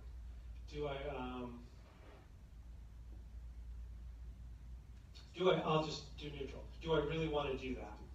And my first answer is always, or almost always, yes. Yes, I do want to do that, right? Then I ask myself a follow-up question as fast as I can, before I actually do the activity. Do I really want to do that? And when I say the really, I mean, okay, do I really want the consequence of that? Is that really going to make me feel good? And anyone who's done addictions long enough knows it's not. So now it becomes incongruent. So now if I know I am doing this thing to feel better, and ultimately this thing is not going to make me feel better, now it's like, wow, what misalignment, right? It's just, it doesn't make any sense. You know, when we were little, go do Halloween, right? Eat as much candy as we want. We all now have a lot of money. We could all go out and buy 15 candy bars, and we could all eat them right now, right? We could have that experience in less than an hour. But none of us are going to do it.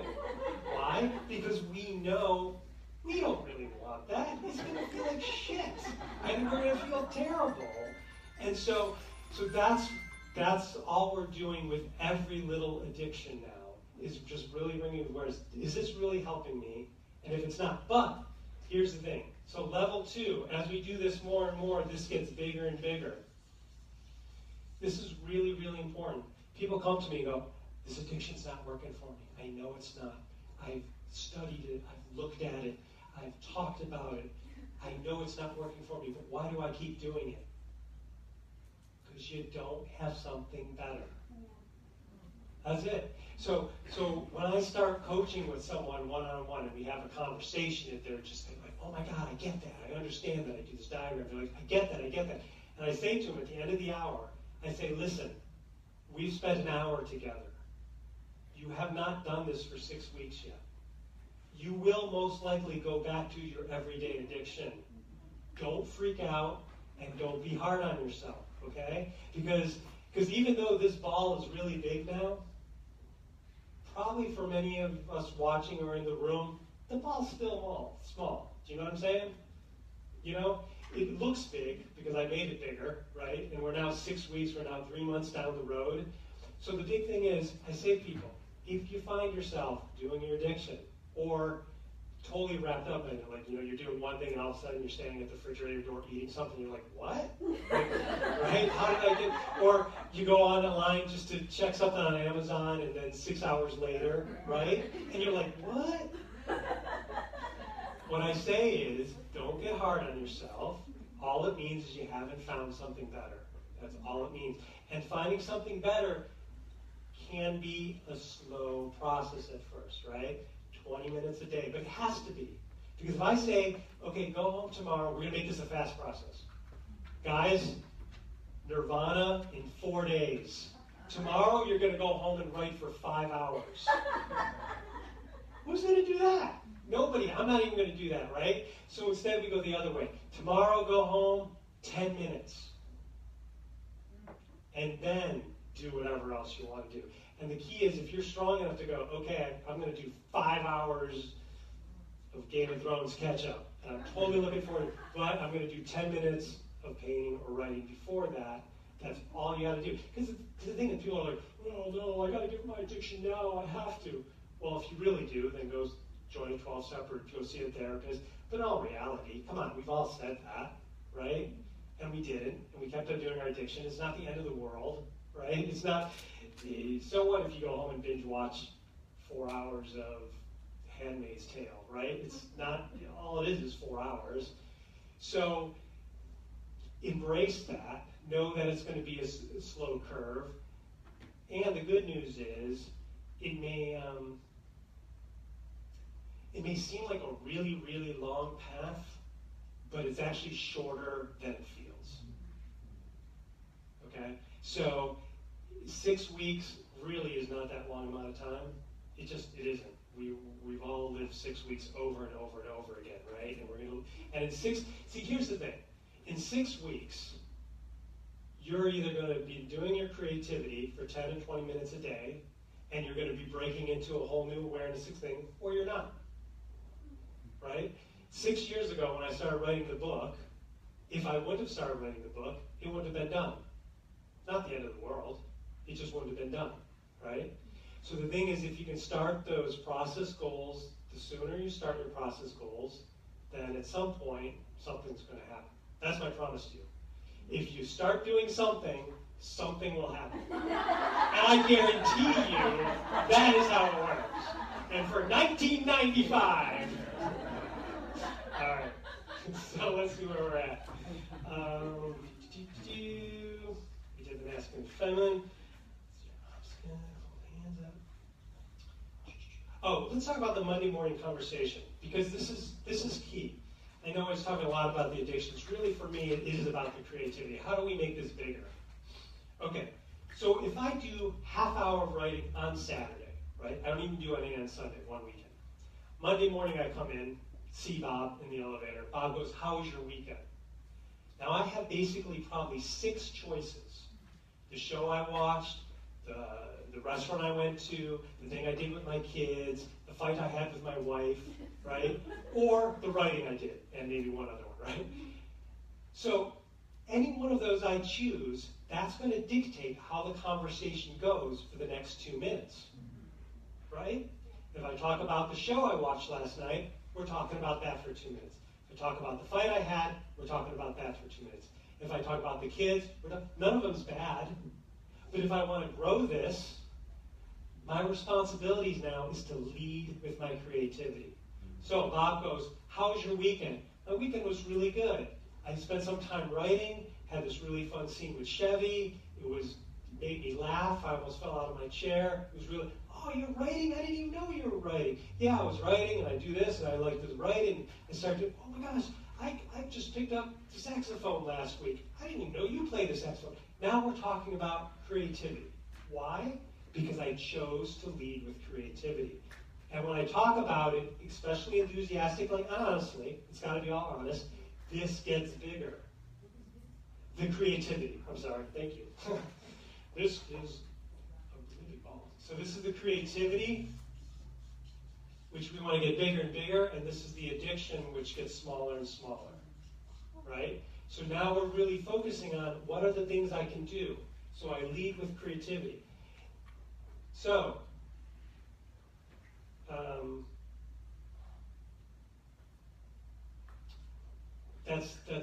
that becomes a way of life. Because what it does 2 things. One, it gets bigger, it's honest, authentic, and then if I talk about it, what do you think I'm going to think about an hour later? Think about that. When the show Lost came out, and you remember Lost, some of my friends' kids are now binge watching Lost, right?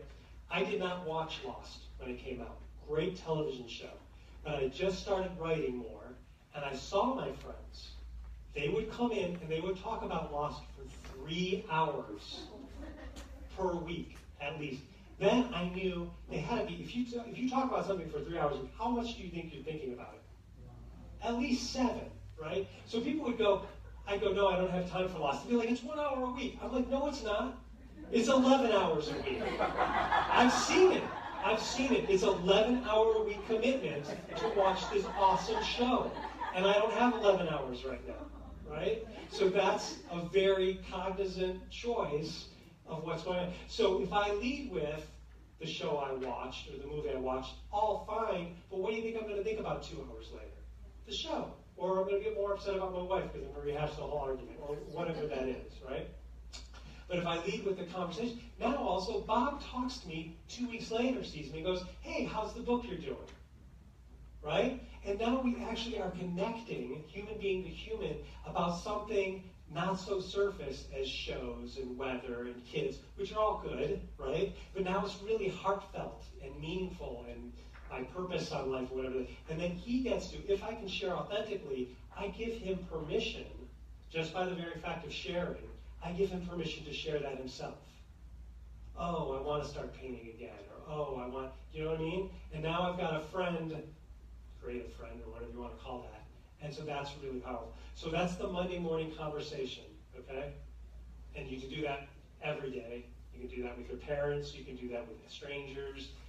I had a great, got my oil changed, right? And so I just started talking about, hey, I just completed a book. Because I'm just also just trying to try out things. And so we had a great conversation. He works in the movie industry too, and he does screenwriting, and we talked and we connected. And he goes, you know, most conversations don't happen like this. And I thought to myself, well, because I took the risk, right? I took the risk of sharing something authentically and honestly. And quite honestly, it's much less of a risk now for me because it's been proven to me almost over and over all the time. People really want that. They do. Everyone's just waiting for someone to know if it's safe or okay or whatever to do that. So, and worst case scenario, the conversation would have gone terribly, and we'd all be gone in a half hour, right? Best case scenario, we have a great conversation, and he buys my book. So, let's see where we're at. So, what book is it? I love you for saying that. Space Fighters on Prom Day. Okay, all right. All right. So some people want to know about the difference between coaching and therapy. And this is the way I describe it. And I want to bring this up because I just recently talked to some other coach, and I explained to him, he's like, oh my God, that was so clear. So people have found this useful. So here's the thing. Here's my past. Okay, this is my past. The way I used to be, the way I used to think, the way I used to feel, and all my troubles and woes and ups and downs and everything. Okay, therapy is walking away from my past, but I'm looking at it. Talking about it, thinking about it. And if you've ever walked backwards, you can walk backwards. It's a little awkward, right? And you don't move very fast. And also, where's my focus? I keep talking about it, keep talking about it, keep talking about it. Now, please, I've gone to many therapists. It's been awesome. It's been very good, right? Okay, so I'm not down. I have good therapist friends, right? And you get a good therapist who can really help see things turn better. But that's one way, right? Coaching is, there's my past. What do I want to create? Oh, I want to create a book. This ties in with the thing. The question you ask is the answer you get. The question you ask, the answer you get. One time, I work with creative people, right? They go, why don't I write more? Why don't I write more? Why don't I do this? Why didn't I do this? And you can feel the spiral, right? Spiral into just blah. I don't know why I do this. Why do I do that? Why can't I do that? Stop. The question really is, how can I write for 20 minutes today? Do you understand the totally different answer? Why don't I write? Well, I don't know, because I got this, and my wife, and then the job, and then sometimes I get sad, and then this happens, and why don't I write? I can talk about that for 6 hours and not get any closer to writing. Do you realize that? Nothing. One question, how can I write for 20 minutes a day? Oh, well, at lunch I got nothing going on, I could write then. Oh, when the kids go to bed, they usually go to bed 9:30. If I put off John Oliver, I could do it for 20 minutes and then I'll laugh afterwards. That happened within a matter of 3 minutes. I found 20 minutes to write, as opposed to 6 hours. So the question I ask depends the answer I get. How do I create more what I want? How do I create 20 minutes? That. And that also works with, I really like the word I wonder. when I talk with people, no longer is I don't know. I don't know what to do with the second act. I don't know what to do with this character. I don't know what to do with my life. I don't know what to do with my relationship. I don't know. Stop, because we're the masters of our universe. If I say I don't know, I don't know. So it's I wonder. I wonder how I can have a better relationship. I wonder how I can get more writing in. I wonder what to do with my second act. I wonder how to make Chevy and Sweetie more romantic. I wonder how to make the next spider attack even more crazy than the last one. And as I say, I wonder, this is what I like to think, I wonder is like holding your hands like this, like a cup. And when you say I wonder, the universe can then put something in it. And I can catch it. And then I can take it to the keyboard. And my fingers dance gently over the keys. Right? As opposed to when I say I don't know, I'm walking around like this. The universe could very well be pelting my hands with ideas. But if I say I don't know, I don't know. Right? Is that so? I wonder. So that's part of it is to start really looking at how I talk about creativity and life with myself to help create that.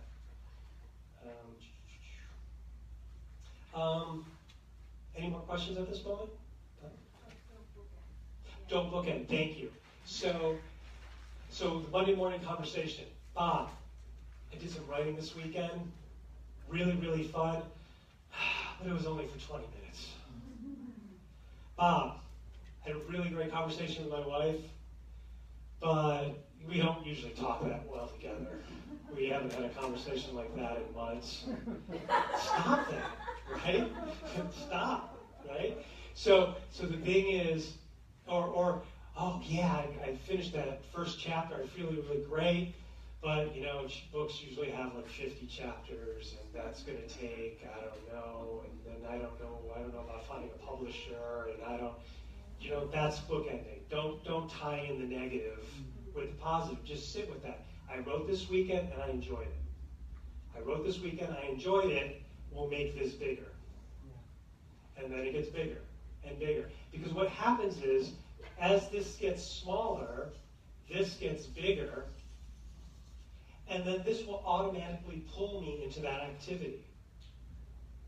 And when I have free time, there's a shifting down here in level 3, which I say, treat your creativity as an addiction.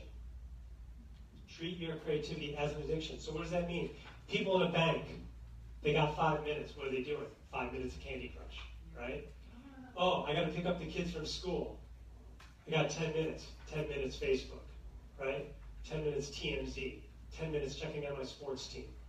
10 minutes. As this gets bigger, then all of a sudden it goes, oh my God, I got 10 minutes to write my book. If I have my laptop open and it open, I can actually do work in 10 minutes. I can do meaningful work in 10 minutes. Then what happens is, after those 10 minutes, sometimes 10 more minutes opens up. The kids aren't home in 10 minutes. They're going to be home in 20 minutes. I get a text from my wife, they're going out for ice cream. All of a sudden, since I took that risk and did the 10 minutes when I had it, 20 more minutes opens up. I just do 30 more minutes. Right? So if I do my 30 minutes of writing in the morning, now all of a sudden I'm doing 30 more minutes in the middle of the day or at night. That's an hour. I realized at some point, pretty early on back then, I was doing more creativity in a week than I had been doing in like 6 months. Isn't that insane? I used to be like a weekend warrior because I have so much things to do in my single life that I can't do a half hour of writing during the week, right? And so I have to wait till the weekend to do some writing. So then I punch out an hour and a half or something. And now I'm doing an hour and a half a day. It's amazing. It's amazing. But what happens is it's not me forcing me to do this. I hope you really hear that. It's not me forcing me to do the creativity. It's that, oh my God, this is better. This is what gives me juice. This is what makes me happy. So then it just makes sense. Oh, I'll go do that. Another quick trading addictions for creativity or life. My older sister, what are we looking at? 20 minutes, great. She went to med school when I was a teenager. And so one semester she came back and she goes, John, I just learned what coffee does to you. If you don't start drinking coffee, you'll never have to stop. Now, as a preteen and my older sister, I was like, that was like the biggest wisdom I'd heard, growing up in Cleveland, Ohio, right? But as I got older, I saw people how they use coffee. They boost it in the morning to get themselves up. So I said, okay, it usually takes someone about 10 minutes to get a cup of coffee, right? You got to drive to Starbucks and get it, or even if you make it yourself, you got to pull it out, do this, which no one makes coffee now themselves. But anyhow, if you do, it takes about 10 minutes either way, right? There you go. But it still takes you 10 minutes, or about that. So what I figured was what activity could I do for 10 minutes that would give me the results of having a cup of coffee without having a cup of coffee? So I went to the library, got a book on yoga, found this 10-minute little thing of yoga. So I learned if I do this 10-minute stretches of yoga, I had more energy and felt good. Is it the same equivalent as having a cup of coffee? I don't know. I never measured it. But the point was I felt good and more awake and more alive without doing a cup of coffee because I was going for what the coffee delivered. So that's another way of looking at addiction. What is this addiction delivering to me? If I'm watching Friends every day or Cheers, maybe I need to go get more real friends, right? Or call them up. Trust me, there's a level of isolation in the addiction world that runs across all addictions. It just does. If anyone has done any amount of addiction awareness and learning, everyone thinks they're shit, and everyone puts themselves in their house, and then they think they're more shit, and then they eat or drink or sleep or zone out and play video games. It's whatever. It's an epidemic. So the way against, or way beyond that is no more isolation. So I started identifying who's a friend that I can call on the way home from work, a male friend, right? And then I slowly started building up my list. So now I have like 4 or 5 different people that I can call and connect. And I know when I start hitting a lonely stage, I'm more vulnerable. 12-step programs have a saying called HALT. Hungry, angry, lonely, tired. If I'm not too hungry, too angry, too lonely, too tired, then I'm more likely not to go into the worlds of addiction. Because I feel good. If I feel good, I don't need to feel good, right? So the idea is, how do I feel good so I don't need the addiction? The end result is the addiction is not really going to give me what I want, and it's going to drop me lower than before. Even if it's just 4 hours of... And don't get me wrong. Here, this is really important that I say level 3. I still binge watch. I still stay up too late. I still eat sugar. I still drink beer. I do all of these things at level 3, but I do them a lot less often, right? Instead of day after day after day, it's once in a while, and most likely it's less. You know what I mean? I really don't drink 6 beers anymore. Usually now it's 1 or half a beer, just because writing and my family, having a hangover with a child, I can't even imagine how hellacious that would be for me and them. So I have no desire to experience that whatsoever. So I do all of those things still. It's not like I have to give up anything, but it's the amount, the quantity is vastly different. Okay, so someone came up with the idea with news. Okay, news was brought up. This is really important that hits level 2, is how do I make the world a better place? Okay, I think all of us as people need to think about that. Or not need, but can think about that. And I'd like to use an example from a Harry Potter book. Okay, so Harry Potter, Ron, and Hermione, in every book, they know Voldemort is out there, right, with the bad guys, right? Now they have a choice, which would make for really bad writing and bad reading. But they could just complain and bitch and moan about how bad Voldemort is for page after page, chapter after chapter, right? They could. Or they could do what they can do. Okay? And they do what they can do, and that's what makes the story move forward, right? So every one of us has a choice with news, with world climate, with... When I grew up, it was killer bees coming up from Mexico. Then it was fire ants. Then it was SARS. Then it was bird flu. Then it was Ebola. I'm not saying any of those things were not serious. But as a kid in Cleveland, Ohio, or as a guy in Los Angeles, donate my $10, $15 to Red Cross or whoever, and then get on with my life, right?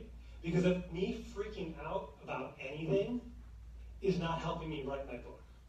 Me freaking out is not helping me paint the painting. Me freaking out is not helping me write the song. And quite honestly, I know this is a very goofy title, Space Fighters on Prom Day, because I love the goof. But it's actually the most unusual empowerment book ever written. And I really, really believe that. And because everything I talk about here and other, like creating what you really want to create, is all in there. But it's done in an outrageous, insane way that people will not necessarily buy it for that. Because just like the same reason why I went to Star Wars as a teenager, I went for Darth Vader and Chewbacca and lightsabers, but then I came away with the idea of the Force, right? And the Force is what made me go see the movie the second, third, and fourth time, because there's actual real value in that, right? And how I'm all connected. So me writing this book, I firmly believe, is how I can help make the world a better place. So now is a choice point, watching the news a little too much, being concerned about this, fretting about that, and not doing my creativity is not helping anyone. It's just not. And so there has to be a conscious, logical agreement. Okay, I'm going to watch less news. Or, okay, I got the idea. Or I have a guy at work that I work with, Bill. I'm like, okay, I'm not going to watch the news tonight. I'll talk to Bill and ask him what happened. He'll give me the whole rundown. 45 minutes. I'll do an hour of writing at night, not watch the news, and get it in the morning. Right? It's a whole new way of being, because you know, or same with sports teams. Sports teams, you guys, if you don't know what I'm talking about, listen to Sport Talk Radio. It is awesome. They will literally talk about nothing for 2 hours. If they play as well as they did before, then they have a better chance of winning than when they didn't win. Because what they need to do is they need to have the ball here and put it over here. But sometimes the other team stops them from doing that. And all of a sudden an hour goes by and goes, oh my God, I got nothing. We literally covered no ground whatsoever, right? And that's what I'm talking about. So I'm not saying don't be informed. I'm not saying don't be involved. Take a look at your creativity. Is it important? I would say it is. Is that one way that you can make yourself and the world a better place? I think it is. Then choose to do that, and then go and be more overwhelmed and connected if that's what you choose to do. Okay? So that's all in level 2. And level 3, as we move into this, we figure out we're creating time and more space for our own creativity, and then this is just decreasing. And to tell you the truth, the world just keeps on going, right? It doesn't really need me to run. I've learned that. I like to think it does sometimes, but it doesn't. It's going to keep going. So we talked about discipline, commitment. I hate the word commitment. I don't use the word commitment. Me even saying the word commitment right now, like my commitment to art, my commitment to writing, is freaking me out a little bit right now. What I just do is, Steve Chandler is a guy that I listen to sometimes. One of the things he says is change from commitment to routine. Because I don't really have a commitment to healthy teeth. I just brush my teeth every night, right? It's not like someone says, oh no, I have a commitment. No, stop, I have to go brush my teeth now. This is very important. I have a commitment to oral hygiene. Yeah, I would never say that. I just say I brush my teeth every night, right? So now I just write. I write or do something creative every day. Why? Because it works for me. I enjoy it. It makes my life better. It's very simple. I don't have to fight for it. I don't have to demand it. I don't need to shout. I just do it because it works for me. And so that's the shift. Any questions, any thoughts? Because we've got 10 minutes. It was interesting. I assisted for the lab. Yeah. It was a great experience. And Mary had brought up something, and she was talking about dysfunctional independence.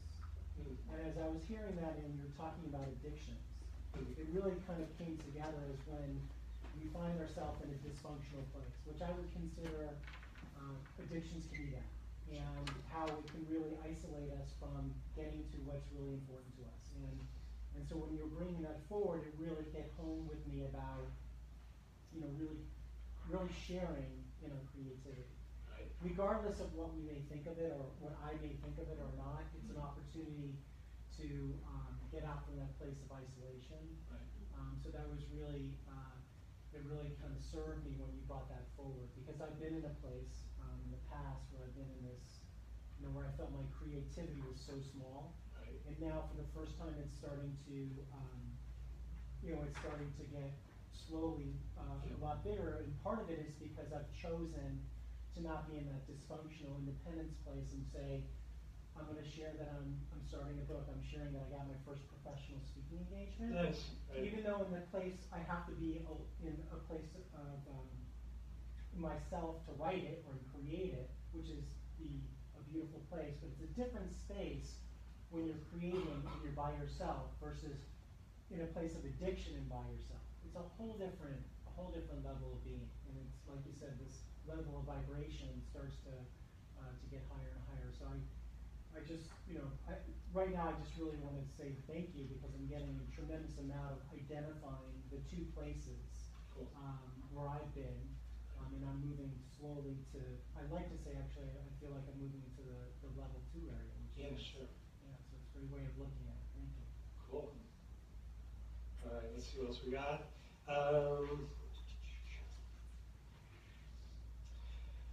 This is what can be very helpful. This is helpful for me. And I know it's a little mental, but going into the level 2, level 3 area, you can even start with level 1. Level 1, I still say, anyone, use your addiction as a reward. Keep it simple. Set yourself up for success. Set yourself up for success. Use your addiction as a reward. Do your little bit of creativity. Do your everyday addiction. And at some point, like I said, the 3-month point, for me, it was like I hit this point where I immediately did my writing, and then I went to go do my addiction, and all of a sudden I realized I was a little bit above it. And so that's a magical point, because then it's like no one telling me that I shouldn't do it. It was just feeling like, oh, you know what I mean? That's not what I really want, okay? So that's just level 2, or level 1. Level 2, also work with creating something like, what are the 5 or 6 key areas of my life? So for me, it's the wife, kids, spiritual life, creativity, book marketing, friends, and family of origin. Okay, those are sort of like my top, whatever that is, 6 or 7 areas. So now, if I have those in my mind, and I have free time, I will often choose one of those, or I will choose one of those, and then I can do an addiction. Okay? Geez, I've been really meaning to call my dad. Part of the reason why I want to go do my addiction is I haven't called my dad in the last 2 weeks, right? So I have a choice. Go do the addiction, which is not really going to help because I still haven't called my dad, right? Which will just make me feel like more shit next week because that'll be 3 weeks, right? So owning up to all of that, call my dad, then go watch a half-hour show, right? Or go treat myself to something like that. So, or do the writing and then do the addiction. Spend time with the wife and kids, do that. Oh, I would want to read this one article about book marketing. Am I that excited about doing it right now? No. But this is an important area of my life. I know this is important to me. So do that and then do that. So one thing you can do in 7 or level 2 is make a list of what's important to you, what's important, the 7 areas or whatever they are, and do one of those when you get free time, and then fill it in with something else. Because when I do that, when I call my dad, then I will feel better, and I will less likely need to do the addiction. So the key is, if I follow up and do what's important to me, then I don't feel bad. If I don't feel bad, then I don't need to do the addiction as much. It's very straightforward about all that. Here's some areas that creative people get in a problem.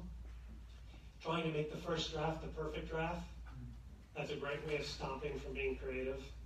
Awesome. This is one of the best ways to not do anything, is to go, oh my God, the first draft. Another awesome way not to move forward is to spend time deciding which project you're going to do. Oh, I got these 4 stories I'm working on. Which one should I work on? Well, I'm going to possibly do this one, but then this one, and then I need to talk to this person, and then maybe I should do this one. But if I can only figure out which is the right project to do, but then if I need to think about this more, I need to figure out who really wants. With Space Fighters on Prom, you should see my garage. I got a huge filing cabinet of so many story ideas, and so many things from 1 page to 30 pages to 120-page screenplays, and everything I learned from professional writers, and I'm going to give you 2 exceptions, but you got to pick one thing and go with that. And the way I found that really works for me with writing is every time I have an idea, or I literally went to all the files when I started, and I said, you guys are now someday maybe. I am pulling back my energy. I am not working on you right now. I may, and I may not, but I'm doing everything. Because I personally think the soul doesn't care. The soul, our higher spirit, it creates. You give it Play-Doh, it'll create something with Play-Doh. You give it paint, it'll paint something. You give it some words, it'll create that. If you give it a stick at the beach, it'll do something in the sand. That is what. So the soul doesn't really care if I did Space Biters on prom day or the science fiction thing called the final transferring, or it doesn't care. So now it's the individual choice, the individual person, in my opinion, that then decides, okay, where am I going to channel this? And then it just keeps channeling it until it gets complete, and then you can move on to something else. So pick one thing.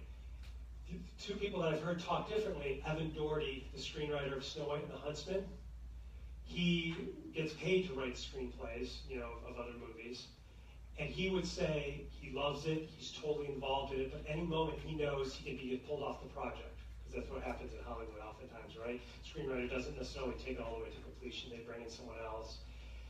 So he says the way to deal with that is, the way he deals with that is he has his own pet project on the side. So he writes for payment, he loves it, he's in 100% of the game, it's not like he's doing half-ass work, but he has his own thing. The other person, same thing, sort of, Robert Kirkman. I need some water, hold on. Mary Kate, there's water actually underneath that purple tablecloth.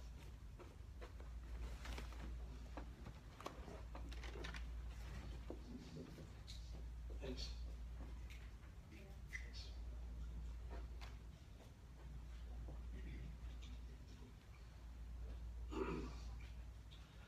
Okay. Oh, and by the way, Space Biters on prom day. All right, here we go. So Robert Kirkman, creator of Walking Dead, he worked for Marvel for a while, and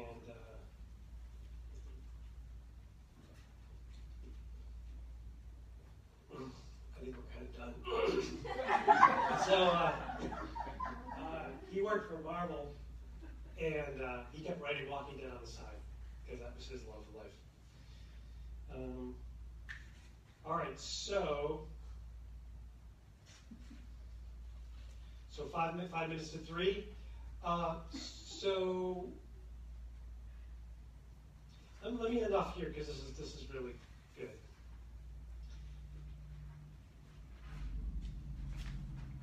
The one way to not do addiction is to not be in pain. And what heals pain? Loving. Right? We've all heard that numerous ways.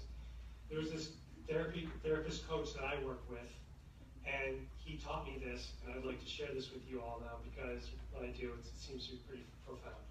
So put your hand over your heart and one over your stomach, if you would. And I'm going to say Johnny, because that's what I was called when I was little. So I'm going to say, Johnny, I'm loving you. I'm loving you, Johnny. Okay? You, of course, say your own name and your nickname or the name you were called when you were little, right? And you can, I'm just going to say it once or twice out loud. You can say yours out loud or in word. And then we're just going to do that for like a minute, and then I'll call you back, and we'll see what happens, okay? So, Johnny, I'm loving you. I'm loving you, Johnny. Johnny, I'm loving you. I'm loving you, Johnny.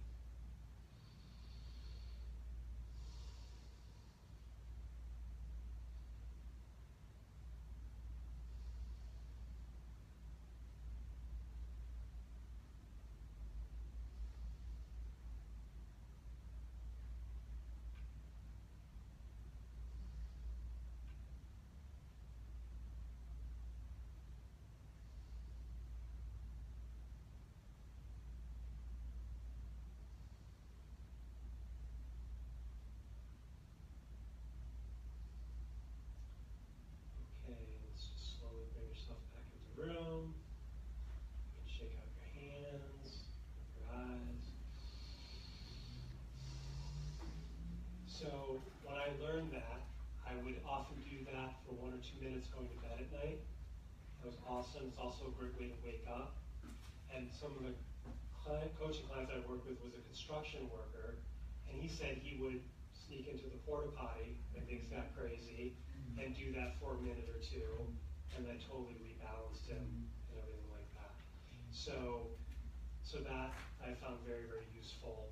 And when I first learned it, I think I did it like almost every day for the first 3 or 4 months, and that was really, really great.